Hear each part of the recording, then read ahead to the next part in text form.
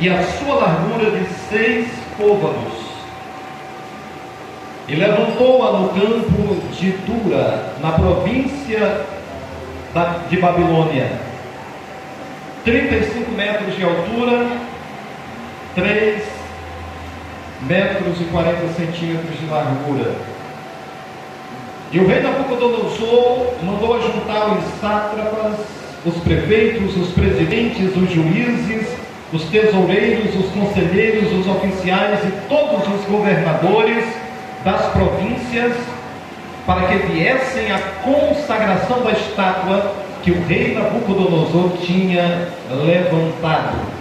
Versículo 4 diz: e o arauto apregoava em alta voz: ordena-se a vós, ó povos, nações e gente de todas as línguas, quando ouvirdes o som da buzina, do pífaro, da harpa, da sambuca, do saltério, da gaita de foles e de toda sorte de música, vos prostrareis e adorareis a imagem de ouro que o rei Nabucodonosor tem levantado.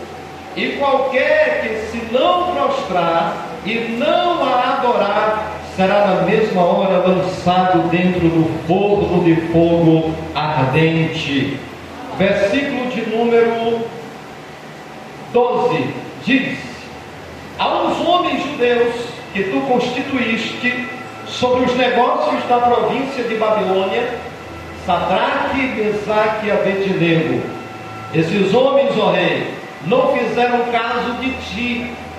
A teus deuses não servem, nem a estátua de ouro que levantaste adoraram. Então Nabucodonosor, com ira e furor, mandou chamar Sadraque, Mesaque e Abednego, e trouxeram a esses homens perante o rei. Falou Nabucodonosor e lhes disse: de propósito, ó Sadraque, Mesaque e Abednego, que vós não servis a meus deuses, nem adorais a estátua de ouro que levantei. Versículo 15: agora, pois, se estáis prontos quando ouvires o som da buzina, do pífaro, da cítara, da harpa, do saltério, da gaita de foles e de toda sorte de música, para vos prostrardes e adorardes a estátua que fiz, bom é. Mas se não adorardes, sereis lançados na mesma hora dentro do forno de fogo ardente. E quem é o Deus que vos poderá livrar das minhas mãos? Responderam Sadraque, Mesaque e Abednego e disseram ao rei Nabucodonosor: não necessitamos te responder sobre este negócio. Eis que o nosso Deus, a quem nós servimos, é quem nos pode livrar. Ele nos livrará do forno de fogo ardente e da tua mão, ó rei. E se não, fica sabendo, ó rei, que não serviremos a teus deuses, nem adoraremos a estátua de ouro que levantaste. Glória a Jesus, aleluia. Mas deixa eu ver a conclusão, aquela que nós conhecemos. Então aqueles homens, versículo 21 para adiantar, aqueles homens foram atados com as suas capas e seus calções e seus chapéus e as suas vestes, e foram lançados dentro do forno de fogo ardente. E porque a palavra do rei apertava e o forno estava sobremaneira quente, a chama do fogo matou aqueles homens que levaram a Sadraque, Mesaque e Abednego. E esses 3 homens, Sadraque, Mesaque e Abednego, caíram atados dentro do forno de fogo ardente. Então o rei Nabucodonosor se espantou e se levantou depressa, falou e disse aos seus capitães: não lançamos nós 3 homens atados dentro do fogo? Responderam e disseram ao rei: é verdade, ó rei.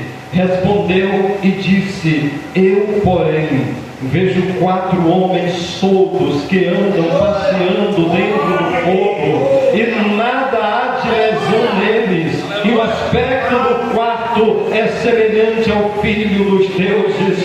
Então se levantou Nabucodonosor se chegou à porta do forno de fogo ardente, falou e disse: Sadraque, Mesaque e Abednego, servos do Deus Altíssimo, saí e vinde. Então Sadraque, Mesaque e Abednego saíram do meio do fogo, saíram do meio do fogo. Louvado seja o nome de Jesus. E nessa noite nós queremos entrar no fogo da presença de Deus, né?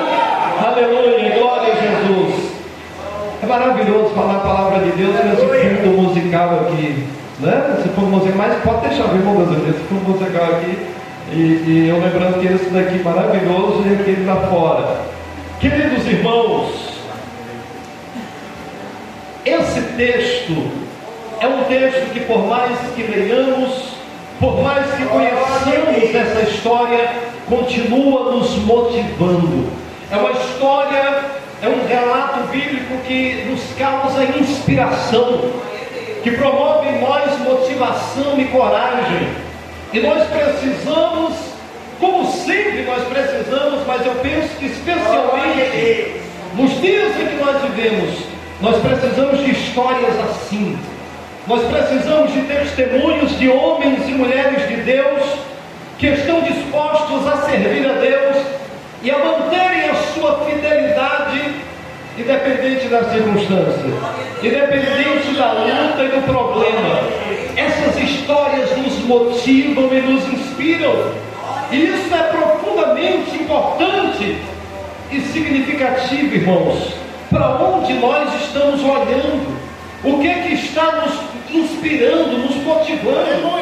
O que é que está nos influenciando nesse tempo, né, dos acessos às redes sociais da vida, nesse tempo em que somos bombardeados com tantas informações? Basta você começar a abrir um aplicativo, começar a ver alguma coisa, vai ter já uma quantidade enorme de informações e de tantos assuntos. E o aplicativo o algoritmo vai se encarregar de indicar para você aquilo que você gosta de ver.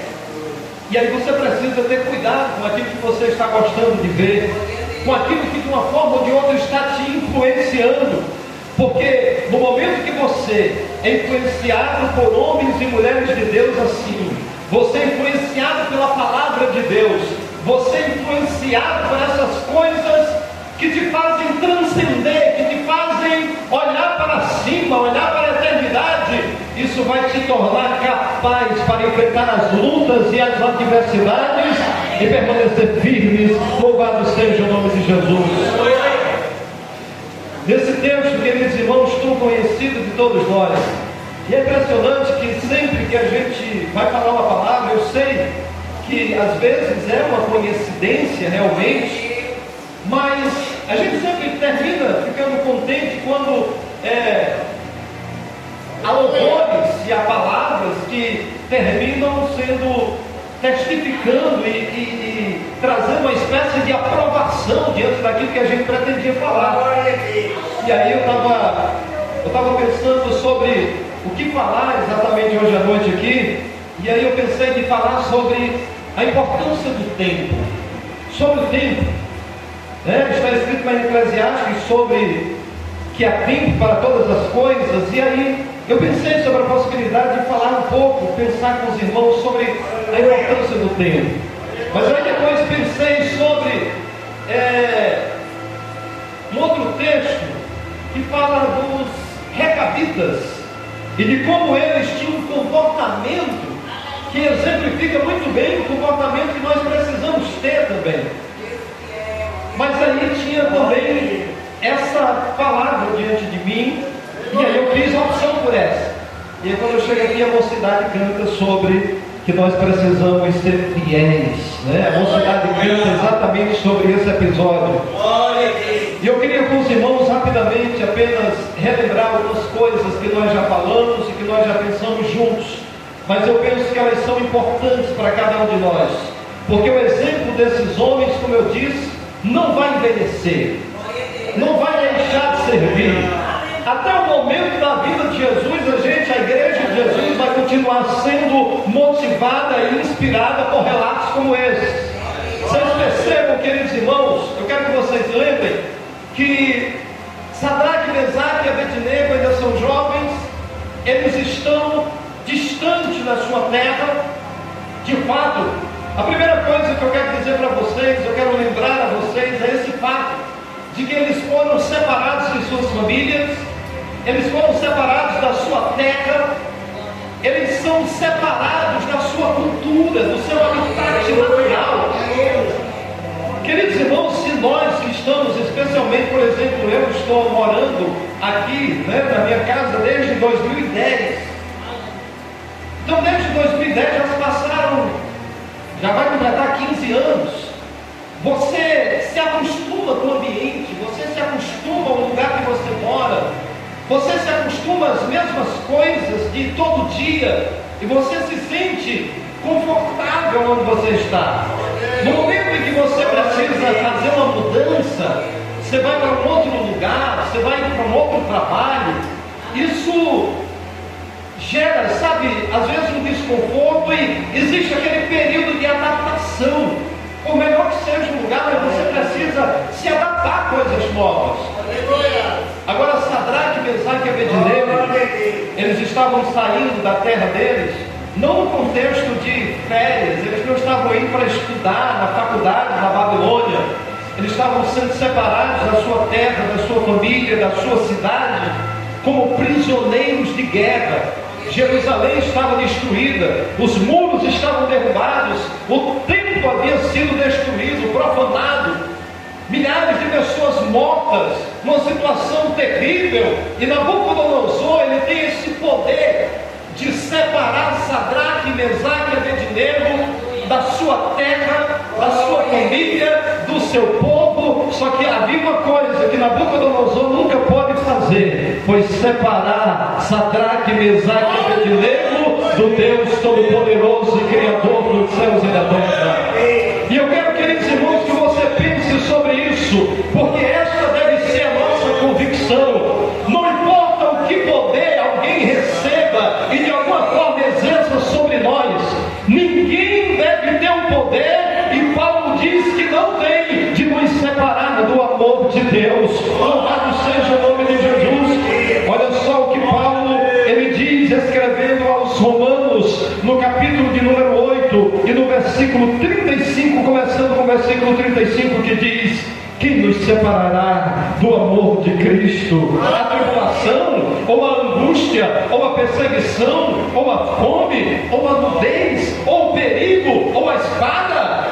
Como está escrito: por amor de ti somos entregues à morte todo dia, fomos reputados como ovelha para o matadouro, mas em todas estas coisas somos mais do que vencedores por aquele que nos amou. Porque eu estou certo, eu não tenho dúvida, eu estou completamente convicto, eu estou certo de que nem a morte, e nem a vida, e nem os anjos, e nem os principados, e nem as potestades, e nem o presente, e nem o porvir, e nem a altura, nem a profundidade, nem alguma outra criatura nos poderá separar do amor de Deus que está em Cristo Jesus, nosso Senhor. Aleluia, ao nome de Jesus. Nada pode nos separar, nada pode nos separar deste amor. Não permita que nada te separe deste amor. Não deixe que nada possa te separar deste amor. Se você estiver neste amor, se você se deixar ser tomado por este amor, se você viver esta comunhão, você receberá poder para que nada te separe desse amor. Aleluia! Como eu costumo falar tantas vezes, nós sabemos, queridos irmãos, que há muitos cristãos que estão presos, que estão sendo torturados, que estão sendo, sabe, vivendo uma situação, humanamente falando, quase insuportável. Mas eles estão nessa convicção: vocês podem tirar qualquer coisa, vocês podem tirar a minha família, vocês podem tirar pedaços do meu corpo, mas não pode arrancar Jesus do meu coração. E quando eles são mortos, olha só, e alguém pode pensar: Deus não livrou eles. Mas acontece que eles receberam o maior livramento. Eles saíram do sofrimento, da tortura, da agonia no corpo físico e entraram no céu de glória, na presença do Deus Todo-Poderoso, a quem amaram, a quem serviram. Louvado seja o nome de Jesus. É simplesmente uma vergonha para nós, é uma vergonha para a igreja do século 21, quando nós olhamos para esses homens e mulheres de Deus, esses heróis da fé, e como estão dispostos a entregarem a vida e serem torturados. Sabe, a morte às vezes, para alguém que está sendo torturado, é um alívio, mas alguém que está vivendo situações como essa, mas ele não nega a Jesus, ele não abre mão daquilo que ele recebeu, daquela convicção que ele sente. E hoje em dia nós sabemos, e aí é que vem a vergonha, como muitas pessoas estão abrindo mão de sua fé e de suas convicções por nada, por migalhas que o mundo oferece. É simplesmente algo terrível. A gente olha a situação, é como o irmão Zé estava falando aqui, é uma situação, sabe, alguém morre, alguém afastado, segundo foi dito, né?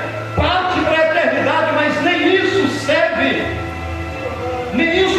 de aviso. Israel, a nação de Israel foi levada para o cativeiro, e não foi por falta de aviso. Jerusalém foi destruída, o templo foi destruído, foram mortos milhares de pessoas levadas cativos, mas não foi por falta de aviso. Os profetas estavam avisando, os profetas estavam comunicando, estavam proclamando a palavra e chamando o povo ao arrependimento, mas eles não quiseram simplesmente se arrepender, e o juízo de Deus veio, a disciplina do Senhor veio.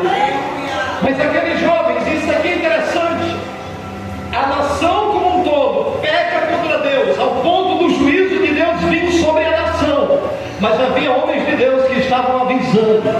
E havia homens de Deus, assim como Sadraque, Mesaque e Abednego, que estavam lá no meio do povo. A nação como um todo, o governo, estava, sabe, em pecado contra Deus, não se arrependeu, e o juízo veio. Mas no meio dessa nação estavam homens e mulheres de Deus que serviam a Deus com sinceridade e com fidelidade. Não importa onde estejamos inseridos, não importa o nível da corrupção que esteja ao nosso redor, existe a possibilidade de sermos fiéis, de sermos como Sadraque, Mesaque e Abednego. Louvado seja o nome de Jesus. Primeira coisa, separaram aqueles jovens do seu povo, do seu país, da sua terra, mas não puderam separar eles do seu Deus. Nabucodonosor não apenas faz isso, mas ele muda os nomes. Na verdade, nós chamamos Sadraque, Mesaque e Abednego porque é assim que nós terminamos ficando mais popular. Mas nós sabemos que Ananias, Misael e Azarias. E eu quero falar isso aqui novamente porque isso é muito poderoso. Eu entendo que isso é muito poderoso, talvez mais do que a gente compreenda. A importância, né? A importância do nome. Ananias, mas não apenas isso, algo mais.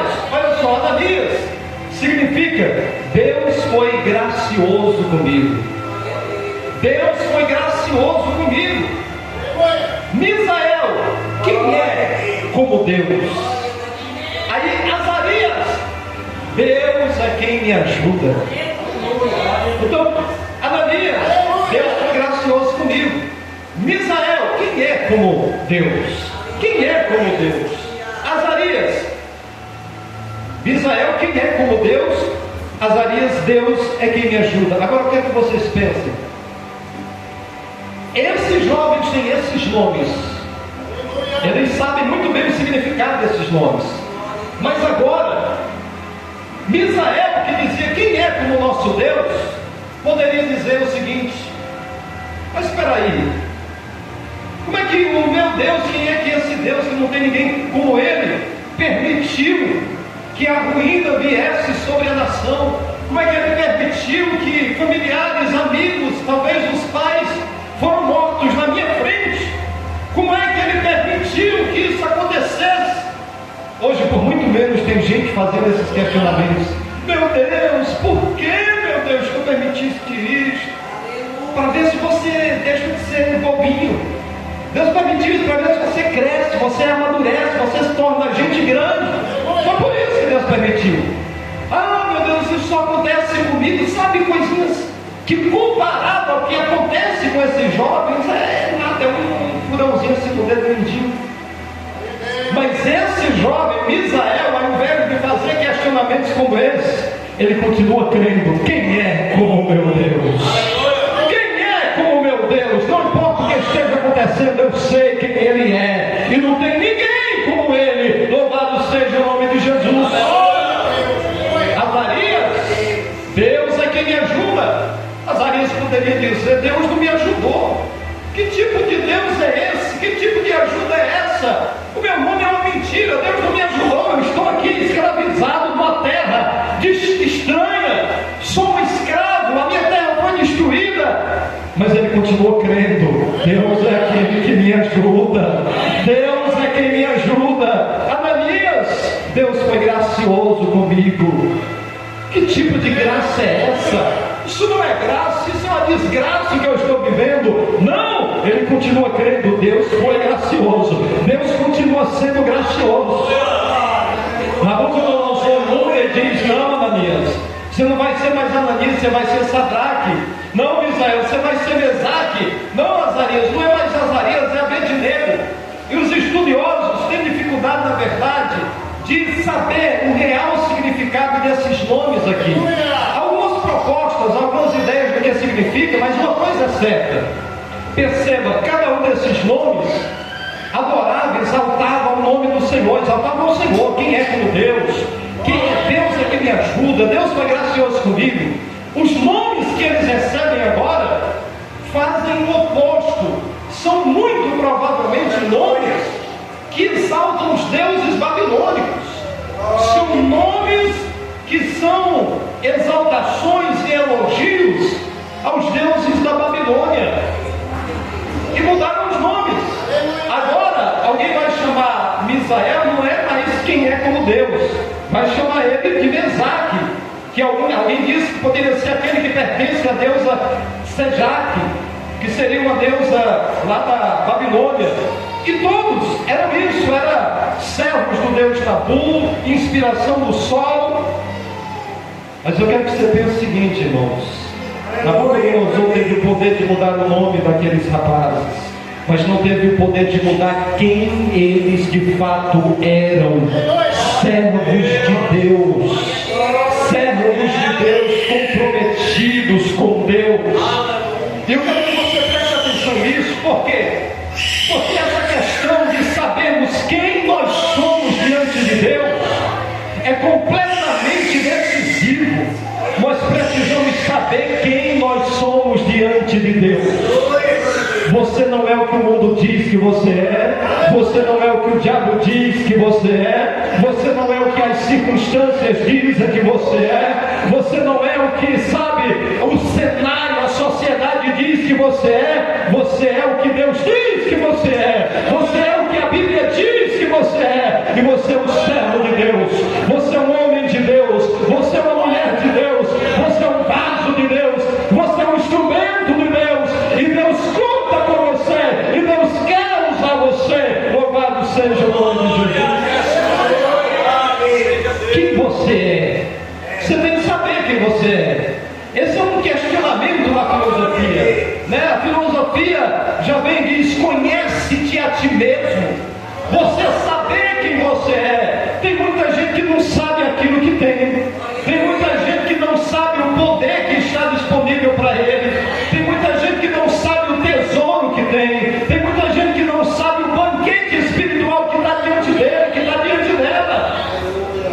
E ao falar disso, falar deste banquete espiritual, eu lembrei, irmão Ayrton, eu lembrei de como no início da nossa fé, no início da fé do irmão Ayrton, de alguns anos atrás, como esse banquete do conhecimento da palavra de Deus era um banquete muito mais simples. Não tinha, mas perceba, era como se fosse um banquete onde não tinha tantas opções de comida. não tinha uma lasanha, não tinha carne assada, era uma comida mais feijão com arroz. Só que uma coisa, as pessoas daquela época eram saudáveis, tinham um apetite em dias e comia bastante feijão com arroz. Comia e ficava forte, resistente. Aí hoje você tem Bíblia de estudo para todo lado, você tem livros sobre todo tipo de assunto, você tem cursos inteiros, você não precisa nem ler, é só ouvir o professor ensinando do conforto da sua casa. Você vai lá, tem mensagem para escolher, como eu sempre falo aqui, antigamente eram umas 3 opções de pregador que eu tinha, eram umas 2, 3 fitinhas, você colocava e você ouvia aquela mesma mensagem tantas vezes que você memorizava sem se preocupar em fazer isso. Você já sabia o que o pregador ia falar. Hoje você tem na palma das suas mãos as melhores pregações, os maiores pregadores do Brasil para você escolher. Deixa eu ver quem é que eu vou escutar, o Eliseu Rodrigues, vou escutar o Augusto Nicodemus, vou escutar o... sei lá. Você tem uma quantidade enorme. A mesa agora está farta, tem suco, tem refrigerante, tem tudo lá. Só que tem muita gente dodói, está gripado espiritualmente, não sente o sabor da comida, não sente o gosto da comida, é quase Covid já, né? Espiritual, não sente sabor da comida, não sente cheiro, não tem apetite, não se alimenta direito, fica fraquinho, e aí qualquer vento sai levando ele, sai levando ela. Mas nós temos coisas tão preciosas diante de nós, que muitas vezes nós não, desconhecemos de tão maravilhoso que é. Então você precisa saber quem você é em Deus. Você precisa saber. Aí você não sabe quem você é, você não sabe o que significa ser filho de Deus, você parece que não entende direito o que significa ter um nome escrito no livro da vida, você parece que às vezes não entende direito o que é ter um Espírito, Deus habitando dentro de você. Do mundo, aí a gente se impressiona com o dinheiro, a gente se impressiona com a fama, a gente se impressiona com esse lixo do mundo, mas nós estamos de posse naquilo, nós somos alcançados por aquilo que é eterno, aquilo que é poderoso, aquilo que é maravilhoso, aquilo que é glorioso. Louvado seja o nome de Jesus. Ouro, o que é ouro? Ouro vai ser piso lá no céu, você vai pisar, não vai nem nas casas, é paralelepípedo, é pedra para fazer calçamento no céu. E você está preocupado com ouro? Encha-se da presença de Deus, desse tesouro que não pode ser roubado, que a ferrugem não alcança. Louvado seja o nome de Jesus.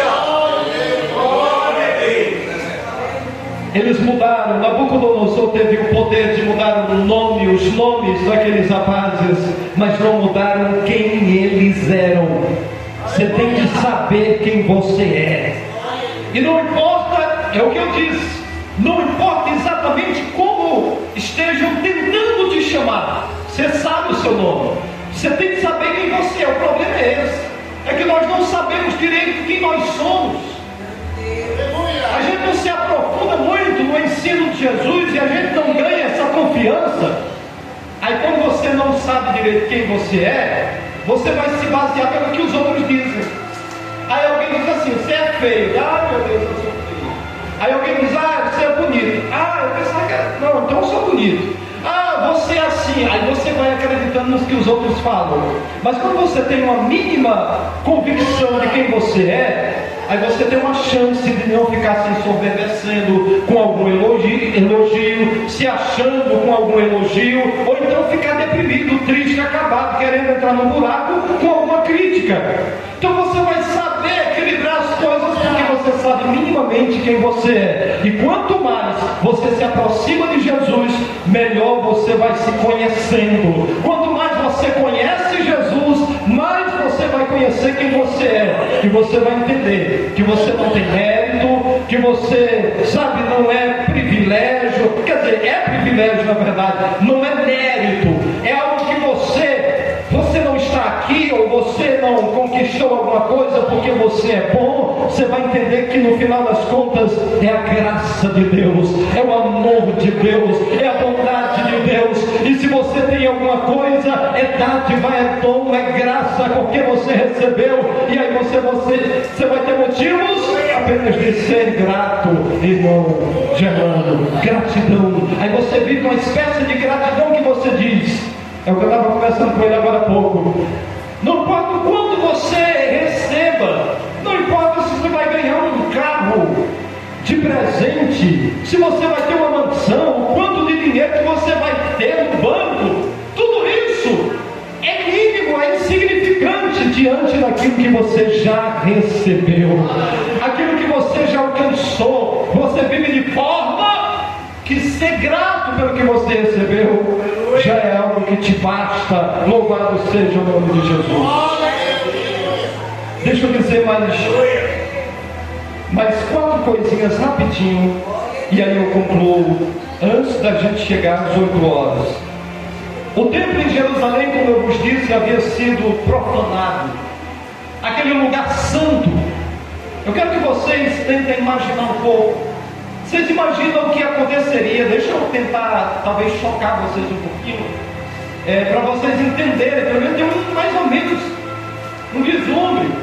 Vocês imaginem se que Deus nos guarde, nos livre, acontecesse alguma coisa em que as igrejas do Brasil, assim como acontece em outros países, eu não estou dizendo que isso vai acontecer dessa forma, é só uma ilustração.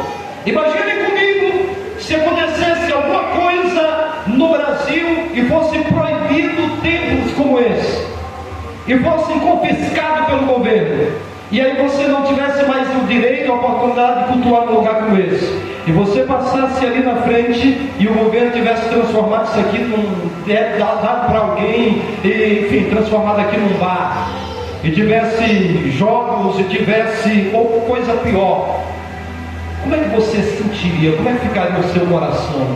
Meu Deus do céu, aquele lugar tão precioso, aquele lugar onde coisas maravilhosas aconteceram, não acredito que está acontecendo isso. Olha só como é que está. O que aconteceu no templo é algo extremamente pior do que esse cenário que eu tentei ilustrar para vocês. O lugar santo, o lugar apenas onde o sumo sacerdote podia ir entrar uma vez ao ano, e agora havia sido profanado, ímpios haviam entrado, destruído tudo, queimado tudo. O templo, os símbolos sagrados, tudo havia sido profanado, tudo havia sido desfeito, desconstruído, mas aqueles jovens não permitiram que a fé deles fosse destruída, que a fé deles, que a convicção deles fosse destruída. Isso aqui é importante, queridos irmãos, porque a fé daqueles jovens não estava limitada ao templo. E com isso, queridos irmãos, eu não quero de nenhuma forma trazer qualquer incentivo a que você não venha ao templo. Eu só estou tentando dizer para você que o templo naquela época tinha um significado muito maior do que nos dias de hoje, extremamente maior. Era o centro da adoração, era algo extremamente diferente do que é hoje em dia. O que nós chamamos de templo nos dias de hoje era completamente diferente. Mas mesmo assim, quando foi destruído, eles, Sadraque, Mesaque e Abednego, eles não estavam indo ao templo de Jerusalém, não é porque estavam com preguiça e queriam ficar em casa. Não era essa a questão, porque tinha sido destruído. Mas mesmo o templo destruído, a fé deles não foi. Mesmo o templo profanado, a fé deles não foi. Então, queridos irmãos, eu só estou dizendo que a sua fé, a sua espiritualidade, a sua comunhão com Deus precisa transcender essas 4 paredes aqui. Aleluia! Porque se ela estiver limitada a essas 4 paredes, na verdade ela nem existe. Se a sua crença está limitada a essas 4 paredes, e por uma razão ou outra, digamos que não é o mais indicado, mas chegou uma situação em que você, como eu falei aqui na escola bíblica outro dia, você precisa ir trabalhar num lugar distante, onde você vai ficar distante desse tempo, aí você está trabalhando numa firma onde não tem nenhum tempo próximo. E se a sua fé ficar fraquinha por causa disso, é porque você não está vivendo aquilo que Paulo falou. Quem poderá me separar do amor de Deus? É porque você não está vivendo esse amor nessa intensidade, que nem a morte pode separar. O que eu estou dizendo é que nós temos esse privilégio maravilhoso de estarmos aqui nesse lugar maravilhoso, abrigados da chuva, em comunhão, aprendendo a palavra de Deus, tendo a chance de ser abençoado. Mas a nossa experiência com Deus precisa ser integral, o tempo todo, não apenas 2 horas durante o dia, durante as 24 horas, mas nós precisamos viver isso de tal modo que não importa o que aconteça, nós precisamos manter a nossa fé intacta. Pode cair o que cair, mas a nossa fé precisa ficar de pé. A quarta coisa, para concluir, é o seguinte: a multidão se prostra, toda a multidão se prostra, mas eles não têm compromisso com a multidão. Deus é maior do que a multidão para Sadraque, Mesaque e Abednego. Ah, queridos irmãos, eu comecei falando sobre motivação e inspiração. Você olha para a realidade nos dias de hoje, você tem muitas possibilidades de decepção, e o inimigo às vezes pode tentar te deixar desanimado.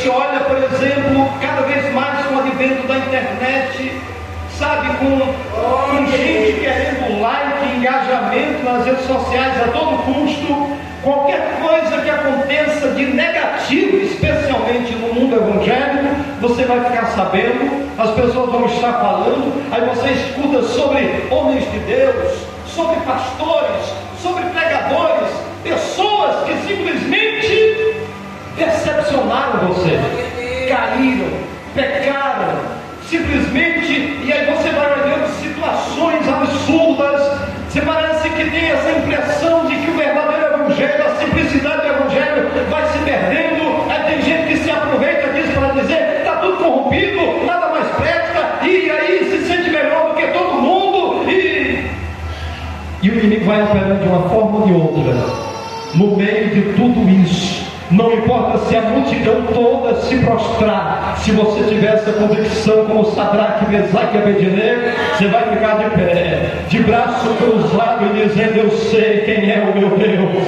Quem é como o meu Deus? É Ele que me ajuda, é Ele que é gracioso comigo. Eu estou de pé, não pelas minhas forças, mas porque Ele me sustém. Louvado seja o nome de Jesus.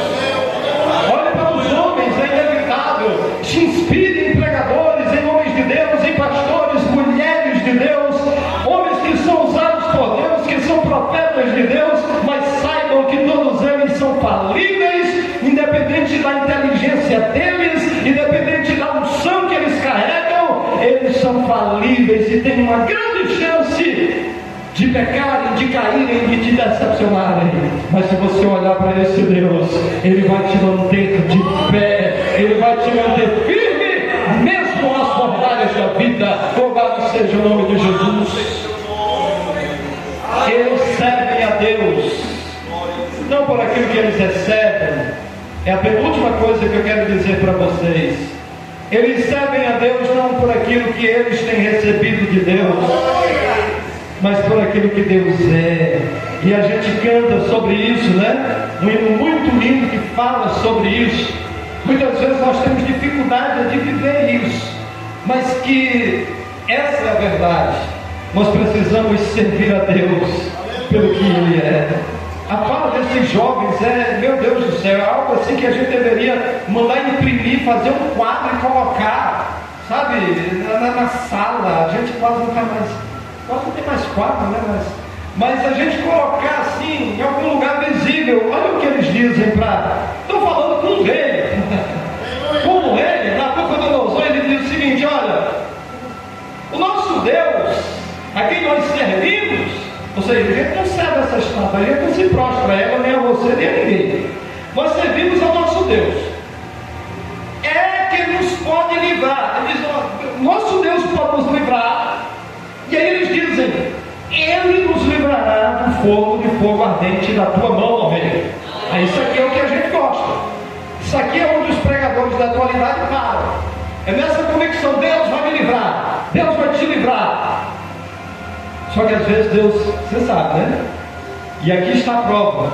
Muitas vezes Deus não vai te livrar da fornalha e nem da cova. Você vai ter que passar por lá. Mas Deus te livra, não é da cova e nem da fornalha, é na fornalha e na cova que Deus te livra. Mas aí entra o que tem mais a ver com o Evangelho, que está sendo muito diferente do que tem sido pregado às vezes por aí, nas grandes mídias. Porque eles dizem, ó, o Deus a quem nós servimos, Ele pode e Ele vai nos livrar. Mas aí em seguida eles dizem o seguinte: e se não livrar, se a gente queimar, se a gente for, sabe, feito churrasco nesse fogo, não importa, fica sabendo, ó rei, que não serviremos a teus deuses, nem adoraremos a estátua de ouro que levantaste. Se Deus fizer, Ele é Deus. Se Deus não fizer, Ele continua sendo Deus. Se Ele me livrar da enfermidade aqui, Ele é Deus. Se Ele me livrar da luta aqui, Ele é Deus. Se Ele permitir que eu morra, eu estarei na presença dEle, que é Deus, Rei dos reis e Senhor dos senhores para sempre. Glória a Jesus. Eles servem a Deus, não por bênçãos. Ele tem uma adoração, uma fidelidade que é exclusiva a Deus. E para concluir, eu quero só dizer, queridos irmãos, eu quero só lembrar que o fogo que ardia no coração deles era um fogo extremamente mais quente do que a fornalha de Nabucodonosor. Nabucodonosor manda aquecer a fornalha 7 vezes mais. O calor é tão grande que homens fortes, capacitados, que vão jogar, só com o calor, um pouquinho do calor, eles morrem. E eles são jogados no meio do fogo, mas havia um fogo maior queimando no coração. Esse fogo precisa estar aceso. Essa convicção precisa estar acesa. Ela não pode ficar apenas no coração de Sadraque, Mesaque e Abednego, Misael, Ananias e Azarias. Essa convicção precisa estar no seu coração. Você precisa saber quem você é em Deus. Você não pode permitir que o diabo venha dizer o que você é. Você tem que ter esse fogo queimando dentro do seu coração. E aí você não vai se preocupar muito com o que está acontecendo ao seu redor. A multidão pode se prostrar, pode todo mundo se dobrar, pode todo mundo desistir, desanimar. Você tem um que te sustenta pelas mãos. Louvado seja o nome de Jesus. Oh, louvado seja o nome de Jesus. Feche os seus olhos. Senhor querido, nós estamos aqui nesta noite maravilhosa da Tua presença. Eu te agradeço, Senhor, por esta oportunidade. Eu quero te agradecer aqui, Senhor, depois de milhares de anos depois, pela vida de Misael, Ananias e Azarias, por este exemplo que Tu permitiste, ó Deus, que chegasse até nós. E eu te peço, Senhor, faz com que esse fogo seja aceso no nosso coração. Faz com que este amor, Senhor, poderoso, esteja dentro de nós. Este amor tão forte que nada seja capaz de nos separar desse Teu amor. Senhor Jesus, abençoa a Tua igreja. Continua, meu Deus querido, despertando o Teu povo. Continua, Senhor, nos motivando. Continua, Senhor querido, nos capacitando. Ajuda-nos, ó Deus querido, a estarmos na Tua presença e a Te amarmos e a Te servirmos, independente da circunstância, independente da prova e da luta. Sabemos que Tu és Deus, que Tu não mudastes, e que o Teu olhar, Senhor, está sobre nós, que não há absolutamente nenhum detalhe que esteja passando desapercebido, que Tu conheces o nosso interior, conheces o nosso coração, sabes a nossa dor e a nossa aflição, mas Tu és o Deus que é gracioso para conosco. Tu és o Deus que nos ajuda. Tu és o Deus que nos sustenta. E quem é como Tu, Senhor? Operando Tu, ó Deus, quem impedirá o Teu agir? Pai, em nome de Jesus, é o que eu te peço, Senhor. Amém.